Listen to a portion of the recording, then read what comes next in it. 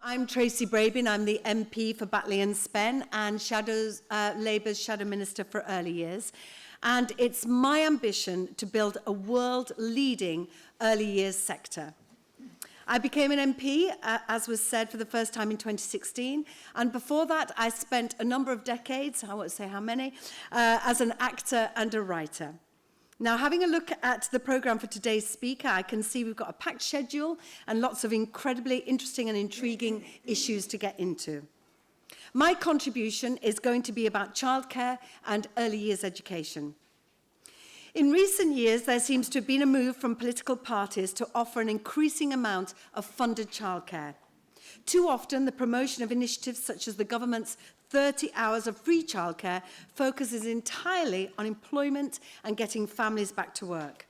However, we need to acknowledge childcare and early education as a force for social good. It can be vital to the health of children and their families. A child's brain is roughly 25% formed at birth, and by the age of 3, it's 8% formed. In those short few years, children develop at an astonishing rate, and sadly, children can fall behind at that age, and they may never catch up. A big reason why these early inequalities exist is about parenting and what happens in the home. Children growing up in professional homes hear 3 times as many words as children in the most disadvantaged homes. These kind of skills can affect how well children do at school and in the world of work, particularly in today's service-driven economy. In short, good quality nursery and preschool education helps prepare children for school and assists with their cognitive and social development. That's why I want to see more early years education opportunities, and I believe as a country we have a responsibility to invest significantly. At the moment, there are a number of policies in place. Disadvantaged 2-year-olds are supposed to be able to access 15 hours of funded early education per week. This was available to all 2-year-olds in families in receipt of universal credit. But earlier this year, the Tories decided to introduce a threshold, leaving future 2-year-olds not eligible. Now, in early years policy, the government's focus is predominantly on the 30 hours of free childcare. You may remember this was one of David Cameron's top offers to the country back in 2015. Of course, the Conservatives won their unexpected majority, and last summer the policy was introduced, and now we're on the 3rd term. So parents have to work a minimum of 16 hours at the minimum wage, up to earning $100,000 per year each to be eligible. Both parents have to be in work. Therefore, this policy includes roughly 43% of children. The vast majority of those who aren't eligible are in that situation because their parents don't earn enough, leaving the poorest children without access to the same amount of childcare as their peers. As I said earlier, these are precisely the same children who would benefit the most. But that's not where the problems with this policy ends. Early years providers or settings are paid for the hours of care they provide at a rate set by the Department of Education. The problem is, numerous nursery sector leaders, and they were warning ahead of the introduction, that the funding settlement from government is on average 39 pence per hour, less than the going rate. And to be honest, I've lost count with the number of settings who've contacted me telling me they're on the brink of financial closure. Or when I see groups on champagne nurseries on lemonade funding, that yet more settings have had to close. With every setting that closes their doors, we lose quality and experienced provision.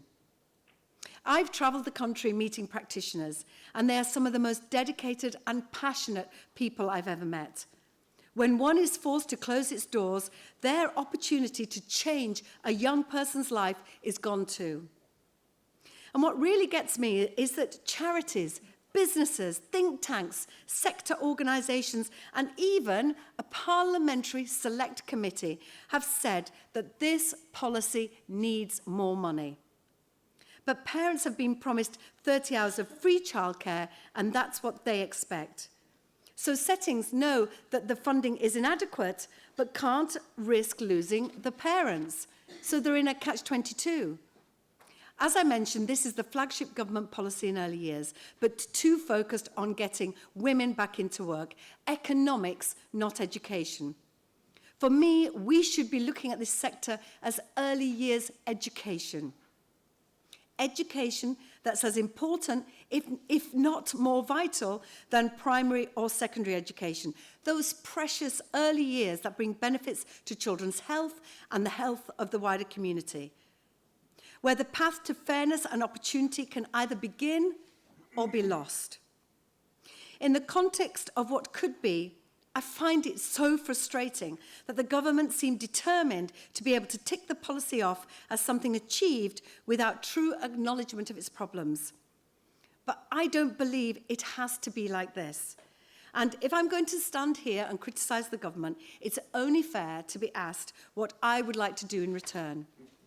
In the last general election, Labour laid out a bold, radical vision for early years that would have gone a long way to build the early years system I want to see.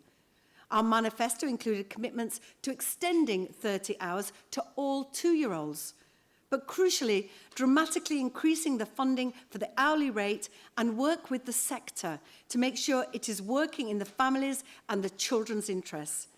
And increasingly, the evidence is showing us that access to high-quality childcare for 2-year-olds can change their life forever. I believe extending the offer to them is one of the most exciting and potentially transformative policies in our entire manifesto.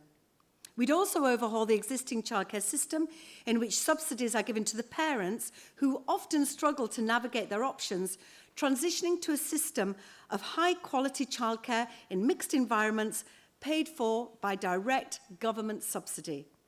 We'd maintain current commitments and make significant capital investments to make sure quality places exist to meet demand, whilst phasing in subsidised provision on top of the free hours, so those working in shifts or the gig economy can access affordable childcare no matter what their working pattern. We've also pledged to extend maternity pay to 12 months and move towards some childcare for 1-year-olds.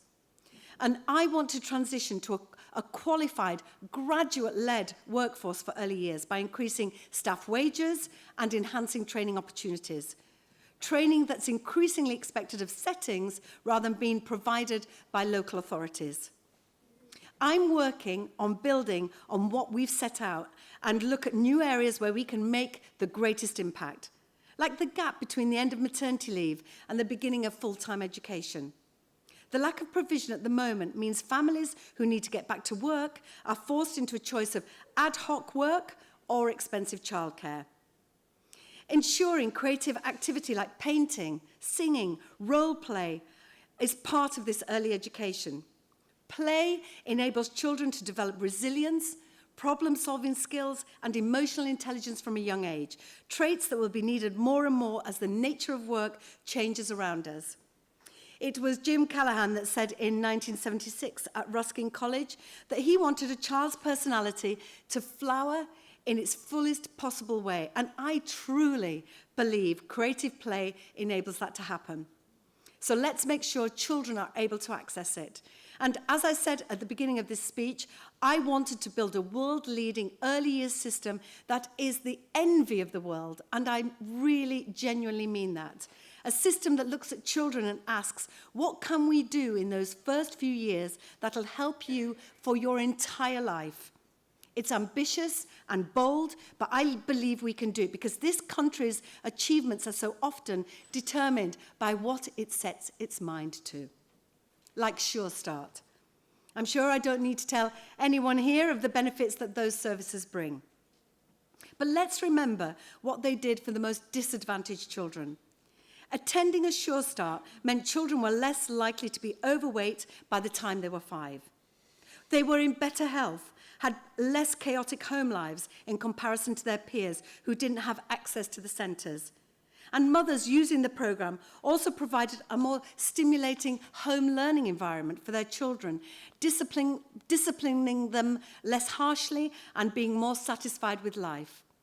Or as the National Evaluation of Sure Start put it last year, Sure Start offered only beneficial effects and no negative effects. So it's astonishing that the positive impact of Sure Start stays with the family for 2 years after their last visit. Sure Start works.